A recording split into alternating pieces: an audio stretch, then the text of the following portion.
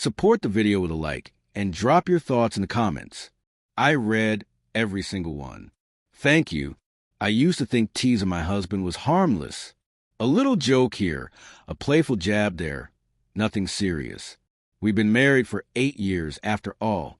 Comfortable, steady, predictable, or at least that's what I believed.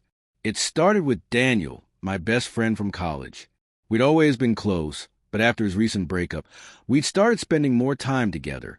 Coffee on weekends, long text conversations late at night. Ryan never seemed bothered, at least not at first. Everything shifted one evening. Ryan was cooking dinner when I casually mentioned that Daniel had called me. My emotional support, I laughed. But Ryan didn't. He froze mid-stir, spatula suspended in the air, staring at me.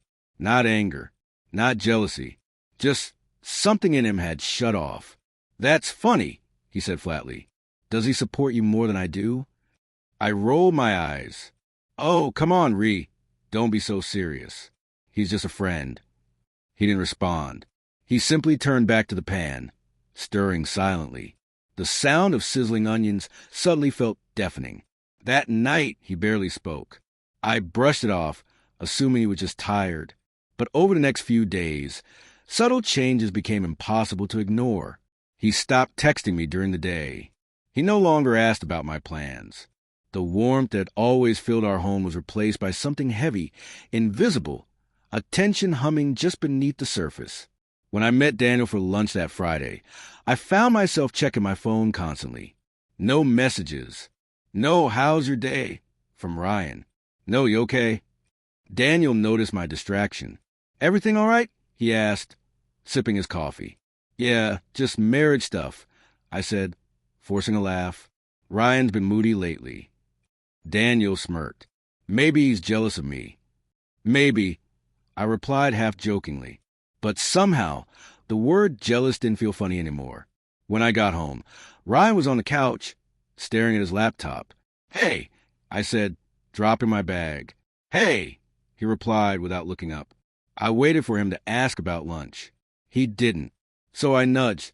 "Daniel says you might be jealous of our friendship." Finally, he looked at me. But it wasn't anger I saw in his eyes. It was disappointment. "Do you enjoy saying things you know will hurt me?" His words hit harder than I expected. "Ryan, it was just a joke," I whispered. He shook his head slowly. "You keep calling it that, but it doesn't feel like one anymore." For the first time, I noticed how tired he looked, how he avoided my gaze, the small distance he kept on the couch, a few inches that suddenly felt like miles. Over the next week, the silence between us grew. Every attempt I made to reach him, he resisted. He started going to the gym after work, something he'd never done before. He came home late, showered, ate, and went straight to bed. No arguments. No affection. Just nothing. One night, curiosity got the better of me. While he showered, I glanced at his phone on the nightstand. I wasn't proud, but a small voice whispered, "You deserve to know if he's talking to someone else." There were no suspicious messages, just a single open note that read, "Sometimes silence says what words never could." My stomach twisted. Was that meant for me? That night, sleep evaded me. My mind replayed every harmless joke, every smirk about Daniel, every time I dismissed Ryan's discomfort. For the first time, I realized how cruel it might have sounded. The next morning, I tried to talk. "Ryan, I think we need to talk about everything that's been happening." He didn't even look up from his coffee. "There's nothing to talk about." "Yes, there is," I insisted. "I feel like I pushed you away, and I didn't mean to." He let out a dry laugh. "You didn't push me away, Claire. You just made me realize how easy it is for you to make me feel small." My throat tightened. "That's not true, is it?" I whispered. He met my eyes. "You talk about another man like he understands you better than I do. You call him your best friend while treating me like background noise. Tell me, how am I supposed to feel?" His words hit like a gut punch.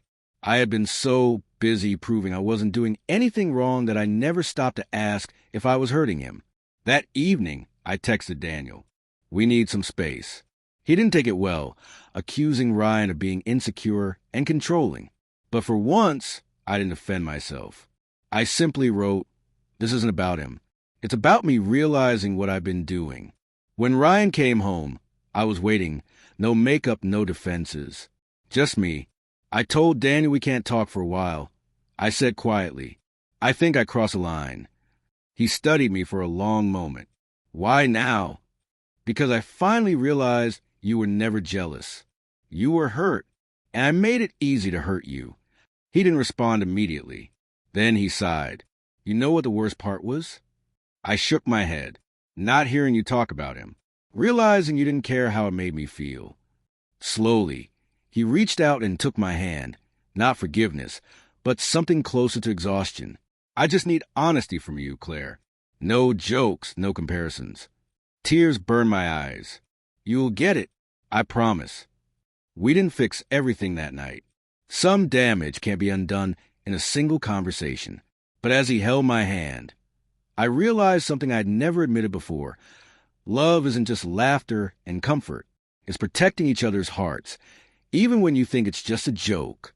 And in that quiet moment, for the first time in months, I finally stopped laughing.